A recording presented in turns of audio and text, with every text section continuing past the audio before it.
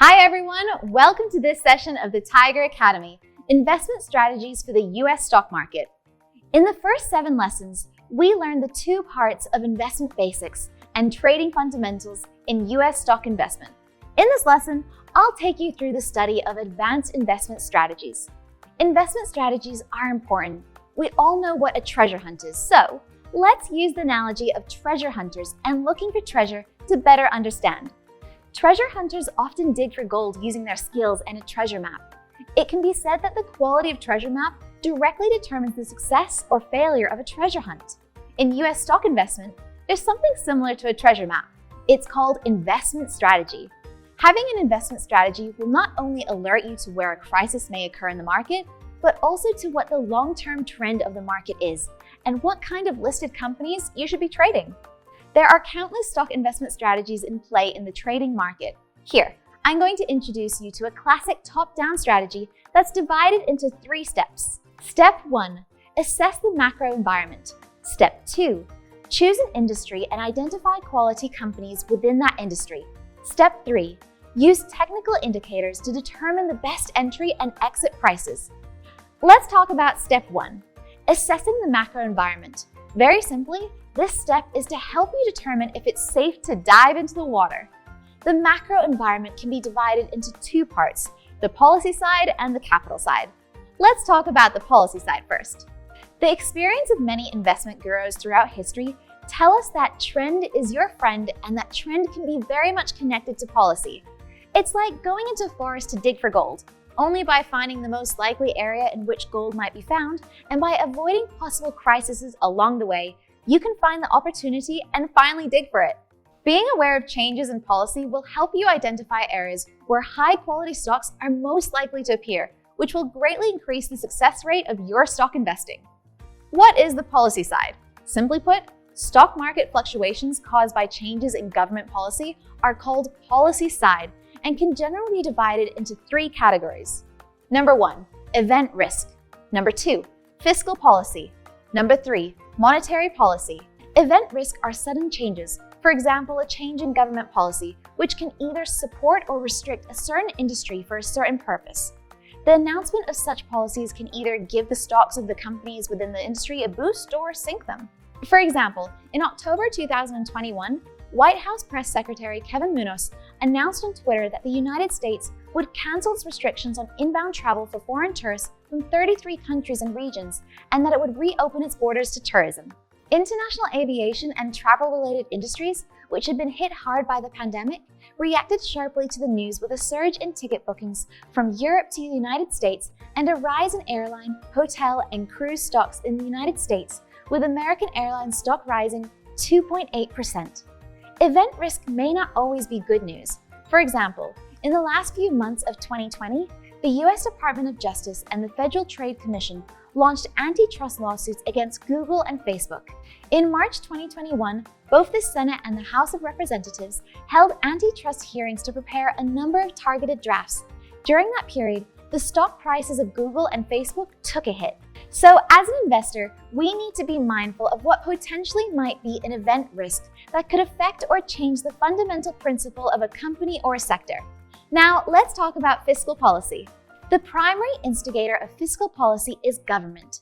When the economy is not doing well, the government will encourage investment in infrastructure and increase spending, sometimes to a point of a deficit budget, to try and stimulate economic development. For example, in 2021, in order to better enable the US economy to recover from the negative impact of the pandemic, the Biden administration launched a multi-trillion-dollar infrastructure plan focusing on electronic vehicles, infrastructure, and affordable housing, among other things. The stock market reacted positively to the policy announcement, and the S&P 500 index reached a new high. In addition to event risk and fiscal policy, the market also pays great attention to announcement on monetary policy. The leader of monetary policy in the US is the Federal Reserve, the central bank of the United States. Its main job is to make the policy decisions based on how well the national economy is doing.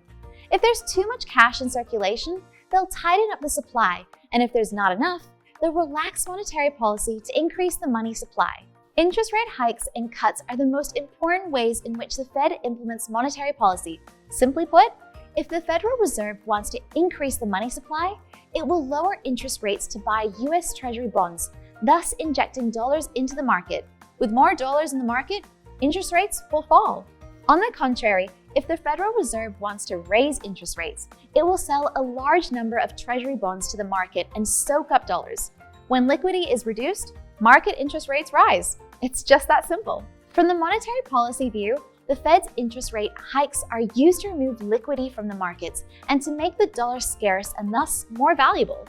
If the dollar rises in value, its purchasing power will rise, and the dollar index will begin to strengthen and rise along with it. Here, some investors may have doubts. Why should we raise interest rates?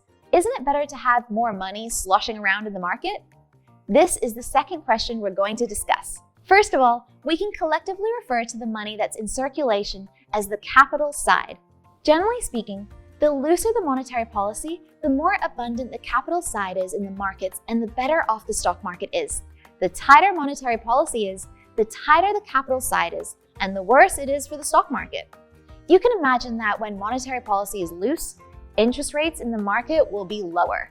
When that happens, government bonds and bank saving rates become less attractive, and more people prefer to invest their money in stock market to get the relatively high returns, which will directly benefit the stock market. In addition to targeting the stock market, monetary easing can reduce the cost of corporate borrowing and promote employment. Interest rate reductions reduce not only the rate paid on savings accounts, but also the rate that companies pay to borrow from banks. So, they are more likely to borrow money to grow their businesses, which helps grow the economy and jobs. From this perspective, isn't monetary easing a good thing? In fact, excessively loose monetary policy is not a good thing. The first goal of monetary easing is to lower interest rates, but low interest rates are harmful to retirees and others who rely on fixed income investments. If interest rates are too low, some investors who usually have a low risk tolerance will be forced to take on additional risk in order to generate income. A second point is that loose monetary policy may also overheat an economy. With the government's central bank frantically printing more money, the money supply begins to grow faster than the output of goods. This phenomenon inevitably leads to inflation. That is, your money is worth less and you need to spend more of it to live. For example, the loose monetary environment created during the pandemic led to a direct impact on our lives. In response to the downturn brought about by the extended shutdown of its economy, the US put in place a large number of monetary easing policies that dramatically increased the money supply. Combined with interruptions to the supply chain and the impact of the Ukrainian-Russian conflict on energy supply, that led to an explosion in inflation in the US. In response, the US Federal Reserve has recently implemented a series of steep interest rate hikes to try to reduce the money supply. The March inflation report released by the US Department of Labor in April shows the Consumer Price Index rising 8.5% year over year, the largest such increase since December 1981. Among those consumer prices, food rose by 1%, housing rose by 0.5%, and energy prices rose by 11%. Excessive monetary easing leads to serious inflation, which not only raises your overall cost of daily needs such as food, clothing, and fuel, but also devalues your currency. It also requires that you bear greater investment risk in exchange for getting greater returns in order to cover the rising costs. Now, do you still think that the more money in the market, the better? That brings us to the end of the first part of the US stock investment strategy, assessing the macro environment. After gaining the preceding knowledge points, you can't help but ask one question. Why is assessing the macro environment important for assessing the safety of the stock market as a place to invest? The reason is very simple. If a black swan event occurs, such as an unexpected interest rate hike, or a natural disaster, or an industry having its activities suddenly and severely restricted by government policy, would you still commit great sums of money to investment in a company within that industry or to invest in any company for that matter? I believe you already know the answer to that question. Just remember Warren Buffett's 2 rules for investing in stocks. So if you've been lucky enough to get your hands on an investment treasure map, the first thing you need to do is avoid possible danger areas and increase your chances for survival. Only then will you have a greater chance to dig for that gold. Okay, that's the end of this lesson. Let's summarize the key content that we've covered. Stock investment strategy, the policy side, the capital side. How's it going? Isn't treasure hunting interesting? Through the first part, you learned how to assess the macro environment and to determine what kind of environment is suitable for entry trading and what type of environment should be avoided. At the same time, by determining what the government policies are for a particular industry, you'll be able to target sectors containing high-quality companies, greatly increasing your chances of success in stock investment. In the next lesson, I'll teach you how to choose industries with the greatest future potential. If you choose the right industry, you'll have a higher chance to step right into the fast lane of rising stocks and be one step closer to success. I'll catch you next time.